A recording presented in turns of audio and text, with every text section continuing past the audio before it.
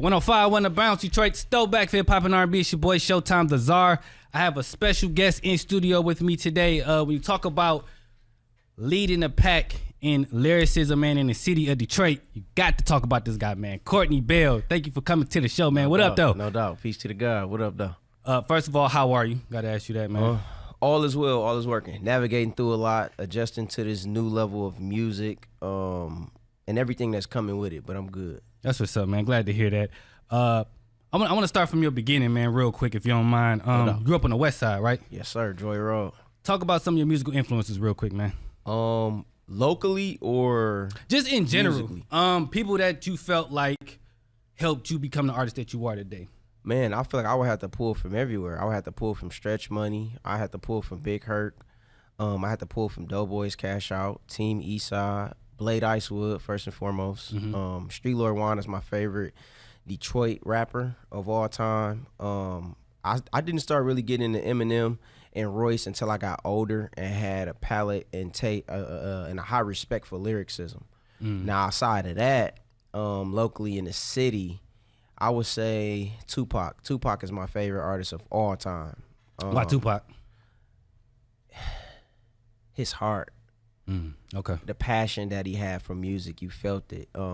It was his lyricism, his charisma, just the way he carried himself. Like you felt his soul through his music, and that's something that as a kid I picked up on, and I knew that when I was gonna do music, like for the rest of my life, I knew that those were traits and characteristics that I wanted to pick up.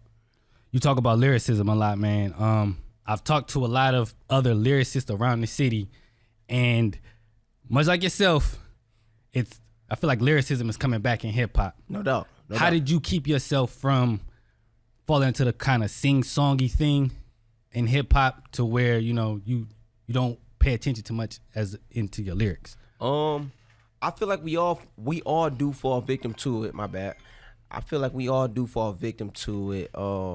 At a certain point in our career, whether it's trying new things, blending in what the new sonics is with whatever the time is. I feel like as a lyricist, you do pull from that level of creativity still.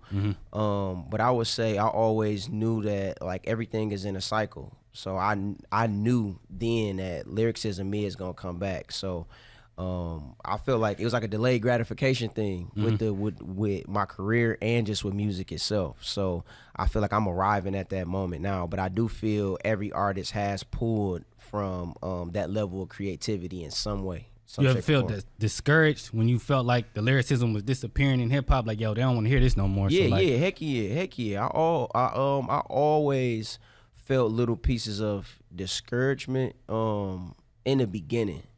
You know, because I've been doing this professionally since 2017, and it was like when I started like really, really rapping around that time, nobody was rapping how I was rapping, especially locally in the city. Yeah. And I didn't realize how special that was at the time. It took time for me to mature and wisen up to see that damn what you doing brings longevity to not only to your career but to the genre of hip hop and rap locally for your city and worldwide. You dropped a new record today, man. It's called Every Day. Yes, sir. I want to talk about a line in there that you say, I got bad habits that effed up my stacking. I blame everyone for my actions. Scared when this ish goes good. I'm used to the bad. I keep going backwards. Talking about accountability. Yeah, no doubt. And I'm just talking about the everyday cycles that we all go through. I feel like, you know, we move unconsciously in Earth's circadian rhythm, right? So your body is a computer, and with your body being a computer, you get placed on programs that you subconsciously just get used to moving on and doing. Like you put your socks on the same way every day. You wash the same arm when you get in the shower first. Yeah. You grab your toothbrush with the same arm, and that's an unconscious behavior, but you've programmed yourself to do that. So for me, when I said that line, like that's what that meant. Like I keep messing up, but I'm blaming everybody else. And that's accountability, but that's also me being stuck in a pattern that I'm trying to get out of. How you get out of that pattern? Have you figured that out yet, or are you still working with it? Yeah, most definitely. I feel like practicing mindfulness and awareness every single day. I journal every single rising when I get up. I become present to the moment. to the best of my ability. You feel me? Because sometimes I might wake up and be stuck in a loop. I might get up and fall right in the trap, and I'm on my phone, and I've been on my phone for 30 minutes or an hour before I get out the bed. So I think it all starts off with how you start your day. You dropped the project last year titled Microdose Dark Side. Yeah. Okay, so real quick, was that like a sequel to your first Microdose? Yeah, that's okay. I just want to make sure. Yep. So the original project is Microdose. Okay, and then is that the project that Royce EP? That's the one? Yep, okay. Yep. I just want to make sure everything. What did that mean to you, man, that Royce the 5'9" EP, that project? It meant that I arrived at a moment enough for him to not only become a mentor, but pass the torch to my generation. I feel like locally in the city, that doesn't really happen as much because lyricism and hip hop is such like a sub-genre within a culture of Detroit because everything is street driven, right? So like you don't see if Blade was living, no, I'm not even gonna say Blade. Who's a part of my generation that would make sense? Like it's like Doughboys Cash Out passing the torch down to Band Gang. Ooh, like okay, I got you. That thing, I haven't seen that in the street culture of rap. So for Royce to do what he did, like it meant everything. And we had a real relationship outside of music prior to him doing it. So when I came to him with the idea, it was a layup. He like, come on, let's go. I got you. Don't even worry about it. And he really took me up under his wing. Like he took me to the Grammys. Like he went to LA with me. And this was like during the era when like Royce wasn't really like outside for real. He wasn't moving around. He didn't have a product or music in the space of music. So for him to do that and the game that I got from him during that time and now, man, it's priceless. You talk about Detroit artists a lot. You bring them up. I seen you talk about interviews and just the growth of music in Detroit. What do you think the next step is for the city? Because I completely agree. We got the street part on lock. Yeah. But artists like you, that's the side that we're not displaying enough. Yeah. So what do you think the next step is for, as a whole, for people to see all of Detroit, the music scene?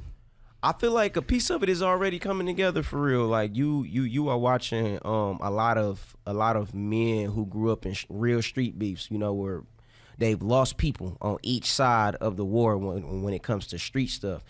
We're watching them put a lot of their pride to the side and actually starting to come together. So I feel like first it starts with us coming together locally from a street perspective and just bringing the awareness to what we're doing over here on this side. Because when you look at the street genre, everybody's gonna mention M. Everybody's gonna mention Royce. Everybody's gonna mention Sean, like they're over here, but they're from Detroit as well, right? So I feel like it just starts with this side coming together to a certain standard, and everybody that's on this side of hip hop, the lyrics and all of that, is just us expanding the awareness of what we're doing and figuring out how to blend the culture together. Because certain guys that is from a generation above myself, I feel like it was a disconnect with them in the streets. Yeah. You know what I'm saying? Your M, your Royces, your Big Sean's, like they were part of just this culture,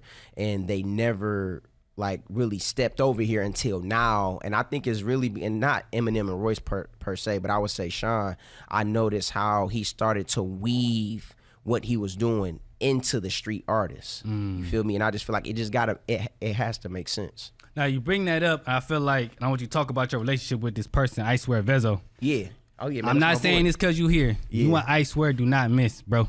Oh man, I don't. Y'all got like appreciate it. I appreciate no it. did. Y'all got like a peanut butter and jelly kind of. You know what I'm saying? Yeah, for sure. It works every time. And when the first time I seen y'all two name on the song, I'm like, it was a Debo record. Yeah. I was like, they don't even talk about the same stuff. But I played it 17 times back. I'm like, oh man, yeah.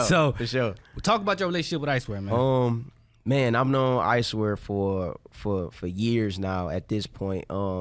And he's always somebody that I looked up to as a big brother, somebody that outside of rap, he stood on a lot of the same principles and morale that I stood on as a man before anything. Like I'm big on man business before music business get involved every single time. Like if I don't, I can rock with you sonically, but if I meet you in person and something is off, or you know what I'm saying, then it just is what it is. I keep it strictly music with you. And Vezo was one of them guys that when I started to like get a lot of attention, he was one of the ones, just like Royce, who took me up under his wing. Like, that's my big brother for real. I can call him at any given time in the middle of the night. If he up, he gonna answer the phone for me at 2 a.m, and we gonna talk for an hour every single time. And we talk mainly just about life, spirituality, God, business, and stuff like that. So it makes the music 10 times easier when a relationship is like that. We not in the studio thinking about how to create. When we did Debo, I had a house on Puritan and Northline, right? Middle of the hood. It was getting renovated. I had baseboard floors. Like, my carpet wasn't laid yet. Like, this was like the trap. And when I had reached out to him, oh no, actually he reached out to me first. He reached out to me first in the DM, like, little bro, hit me, let's get something done. So I called him, and he pulled right up, and he pulled up by himself. I got all my homies on the porch, like, from my block, because I'm from Joy Road, so I'm staying on Puritan. And when he pulled up by himself, all his jewelry on, all his ice on, hopped out. He recorded in the trap with me, like, in the trenches by himself, and he stayed over there for about 6 to 7 hours. And he's kicking it. Like, we got a whole nother record. Well, we got a couple records, but we did one that's so hard that we haven't put out yet. But yeah, he pulled up right then and there. Like, you ever thought about doing a collab album? Because I'm telling you, bro, even the record, the 100 record on your last project, I'm like, man, these guys got an energy that just like, and it's funny that you was talking about earlier, the lyrical rappers and the street rappers coming together. And then it's kind of, when you see certain names, you like, I don't, But when you listen to it, it's not like y'all trying to out-rap each other, but it's also a like, y'all are, but in a competitive way. You know what I'm saying? But it still makes sense to where you're not trying to outshine each other, man. So have y'all thought about doing a collaborative project? We didn't talk about it maybe like once or twice. I just think it has to make sense with where I am in my career and where he's at with his, because I feel like I put my shoes on and like I'm running this marathon now. So like I just wanted to make sense. And to your point, I kind of just had a thought when it comes to like street rap and lyricism. I think the beautiful thing about that is, and how we make that connection is, and why me and him mesh so well, and why I can get on the song with him or a Skilla or with anybody, is because I come from street essence first. Before lyricism, I was a real street guy. Right. You know what I'm saying? I really into gangbanging culture and really into all of that growing up. So before I started to really rap on this side, a lot of guys knew me over here for something else outside of music. So when it came to me and Vezo, that street essence is already there. So it makes it easier to connect to the street culture. I just rap like this. Right. You know what I'm saying? It's like having a book bag on and some nerd glasses and all of that, and you mobbing through the hood. But everybody is looking at you like, nah, just because he got his glasses on. Don't get it twisted. Don't get it twisted. Like, he one of us. And that's a conversation that me and Vezo have all the time. He like, bro, you rap like you one of them, but when I see you and like your essence, I know where you from. Like, I really know where you from. And I think that's what that is what bridges the culture, because I'm not too far left, or where I can go lyrical, miracle, all of that, right? To where I disconnect from them, and they don't understand what I'm saying or don't connect with what I'm saying. So with me writing, I make sure that my heart is felt. My neighborhood comes out of my pen. You feel me? Our slang, how we talk, how we move on Joy Road. It's a certain poise that comes with how I write. So to go back to the point, my bad, Vezo, me and him have for sure talked about doing a project once or twice, but it just got to make sense. Right, facts. I hear you talk about spirituality, mental health a lot, man. What made you want to open that Pandora's box? I'm pretty sure, coming from the West Side, you've seen some things you weren't supposed to see at a young age, and you know, probably learned some things that you thought was normal, but now you got to unlearn it. Taking a deep dive into your brain and that mental health, man. What made you decide that, okay, some of this stuff I got to unlearn, man? It was always there. Honestly, I feel like as a little kid, being tapped into the spirit realm, that runs deep into my family. So being able to see, interact with spirits, lucid dream, astral project, before I remembered what all of these things were, it was already in me. What I feel shifted me was being sick mentally and having a real spiritual awakening when I was like 17 or 18 years old that changed my life. I had a very divine interaction with God. And I heard God's voice very clear for the first time ever in my life. And I think that is what shifted. I was in college, and I had a girl over my crib, And this was from a night of partying. Kicked her out my crib, or well, not kicked her out like that. But I walked her out my crib for sure. And as soon as I laid down, I probably had been laying down for maybe like 10 minutes, 15 minutes. And when it comes to spirituality and spirits communicate by frequency. And if you are in tune enough, you can hear the frequency and feel the frequency. And I felt the vibration first, like my body started to seize and kind of like lock up, but it was like a soothing, chill feeling that came over my body. And I heard the voice say, "Go home," like crystal clear. Were you nervous I woke up when you heard that? Hell yeah, I woke up. Like, wait, I can say that right, my bad. Okay. Yeah, man. I woke up like, okay, I'm tripping. Lay back down, and maybe like 15 to 30 seconds later, I heard "Go home" even louder, and it was so loud that it sent chills through my body. You feel me? And I'm a junior at Michigan State at that time, you know? And man, I packed my clothes, and like, I didn't think about it. I dropped out of school that day. Didn't talk to my advisor, my team, my mama, nothing. I packed my clothes and went home. And I thank the Most High so much for being obedient and knowing what God's voice is and being able to decipher. Because I ended up catching a case in the midst of all of that. And that changed the trajectory of the path that I was going on. And it led me to where I am right now. So that was my defining moment, just to keep it short. All right, 2 more things, man, and I'm gonna let you get up out of here. So you did say you have a new project on the way. Yes, sir. You have a title for it yet? Yes. Okay, can you talk about it just a little bit without giving away too much, or no? You want to talk about it real quick? Can we reveal it? She in the, okay. That look like no, we can't talk about it right now. Okay. So yeah, we do have a new project coming. Okay, it's on the way. You got a date for it yet? Y'all still working on that too? Nope. We're still working on a date for it. So today we just released the first record every day. So from here on out, man, we in campaign rollout mode from here. Every 3 to 4 weeks, a new record is coming. So nice. I'll let you do the math on how many records comes before a project comes out, and then you will be able to kind of gauge when it's coming out based off today's date. So it is 4 weeks in between every single. Okay. All right, so, but it's coming soon though. Nice. I wish I could reveal it and talk about it, but yeah. No, that's cool, man. Last thing, you are performing next Sunday, August 17th at the is it Afro Future? Is that how it is? Because it's not Afro Nation no more, right? It's Afro Future. Okay. Yeah. You are performing. This is your first time performing there, right? This is my first time performing at a festival. Yeah. Like at this magnitude. Man, right, I'm excited. I'm excited. I'm nervous at the same time. I feel like I'm a cry on stage. I ain't gonna lie, just because it's a testament to everything that I've been through, and for every artist that's here and across the world that raps within the subgenre of hip hop and lyricism in a city, that like I'm getting my just due. You know, this is 10 years in the making, and that happened by moving off of God's speed, being obedient to God. Like, we started with a performance with Wyclef, and I did such a great job that the lady who is a part of the media and gets the artist like their liaison, she just so happened to be there. And after I performed, like, she pulled me to the side and like just gave me my flowers. Like, you are so amazing. You are a great artist. You are going to be very big. Yeah. What can we do to get you an Afro Future? And at the time, I didn't know what Afro Future was. I'm thinking of Afro Beats and Afro Fest, and I'm like, oh, damn, okay, this sound dope.